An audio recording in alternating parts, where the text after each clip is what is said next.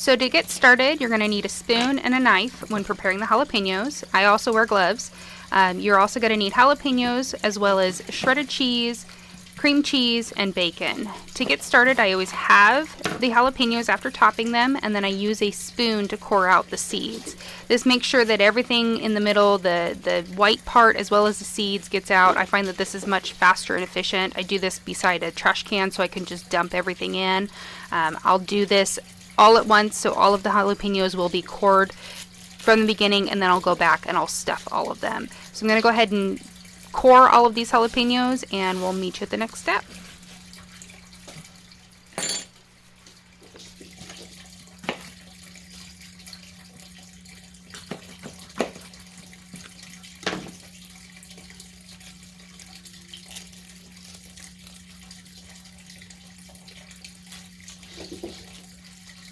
By the way, the water you're hearing in the background is my turtle tank. I did not realize it was as loud as it is, so I do apologize for the noise. I also have the TV running, so I apologize for that as well. So for this next phase, you're going to need shredded cheese, cream cheese, and a mixing bowl. I've already shredded the cheese. My camera wasn't running when I did this part, but I left the cream cheese out to soften before I'm combining them. You're just going to combine them in a bowl about equal parts is what I usually do. I eyeball it based off of how many jalapenos I need to fill. Once everything is in the bowl, you're just going to go ahead and mix it all together. Again, this is based off of if you like it a little bit more creamier, you can add more cream cheese than you do the shredded cheese. If you like more cheese to it, then you can add more cheese to it. You can also do this by hand or with a spoon. I find that it's much faster to just use my hand mixer.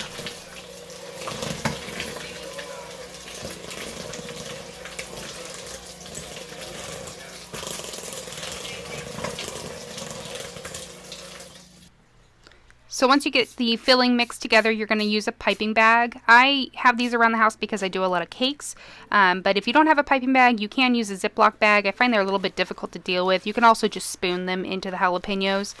I find that this is a much faster method and a little bit cleaner. I turn the bag inside out and then put it on my hand kind of like a glove, and then you're going to make a hole, and then you're going to fill that hole with the filling. As the filling fills the bag and as you continue to compact it into the bag, you're just going to continue to pull the edges of it up until you've got all the filling that you can fit in it. Try to make sure that you leave a little bit of room at the end of it so that you can twist the bag closed. Luckily for me, all of the filling that I made fit in the bag pretty well.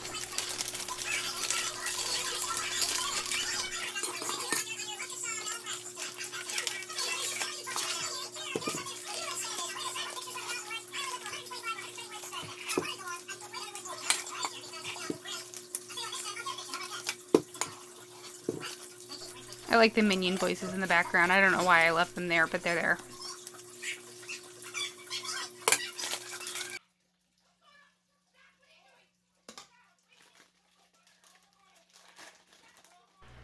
So once you get all of the filling in the bag, go ahead and push the filling down into the base of the bag and twist the top. You don't need to tie it with anything.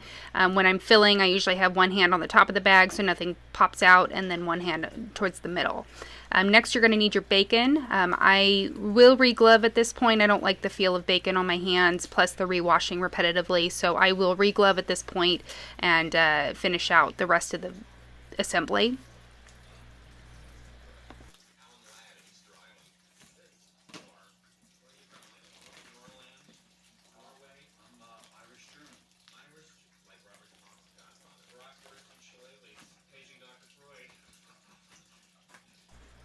For this next part, I will have the strips of bacon. I usually just do this straight out the bat instead of doing it piece by piece. This way they're all pretty much even.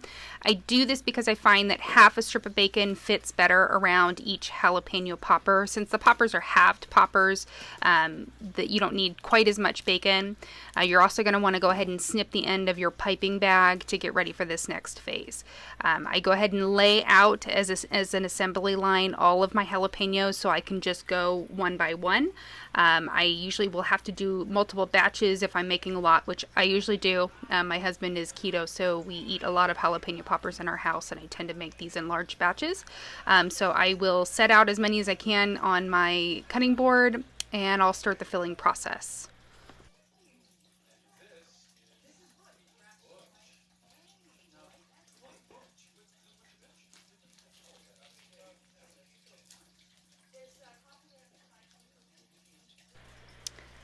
So for the next phase, you're going to go ahead and just fill the jalapenos. I usually fill them up to the cut line. You don't want to overfill because they will spill out when it gets hot.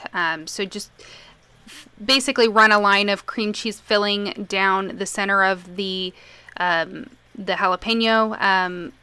Sometimes the piping can be a little bit difficult straight off the bat.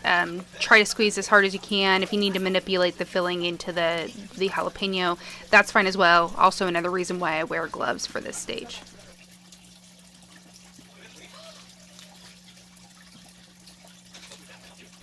I don't know why I get such a kick out of the minion voices when I have this on high speed, but I hope you're enjoying it as much as I am.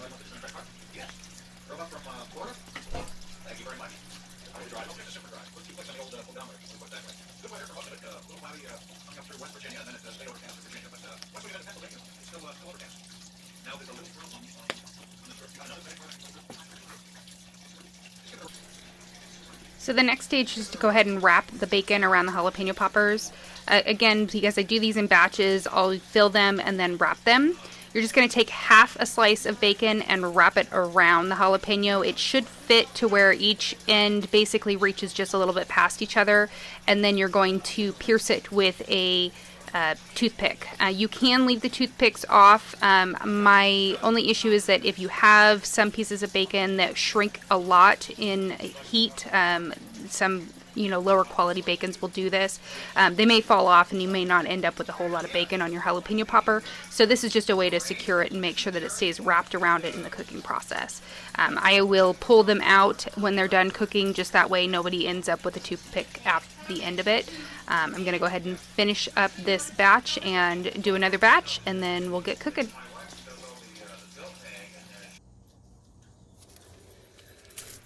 Okay, so we are ready to cook. We're going to put them on 200 in the smoker. I am putting them in a cold smoker, but you can put them in a hot smoker too if you have one that's already good up to temp, or you're cooking with other items. You're just going to go ahead and line them up on a rack. Try to make sure that there's enough room between so they're not touching. This just ensures everything gets good contact with the smoke. I set mine for about 3.5 to 4 hours. I put these in for about roughly 3 hours. If you're putting them in an oven at 350, they will take less time to cook.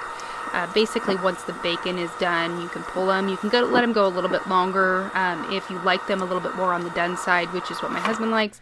I tend to like them a little bit on the just on the side of crispy. So not really on the burnt edges, which is what my husband likes, but just on the side of crispy, which is what you've got here. These are the final product. I'll go ahead and pull these, let them cool a little bit, and they're good to eat.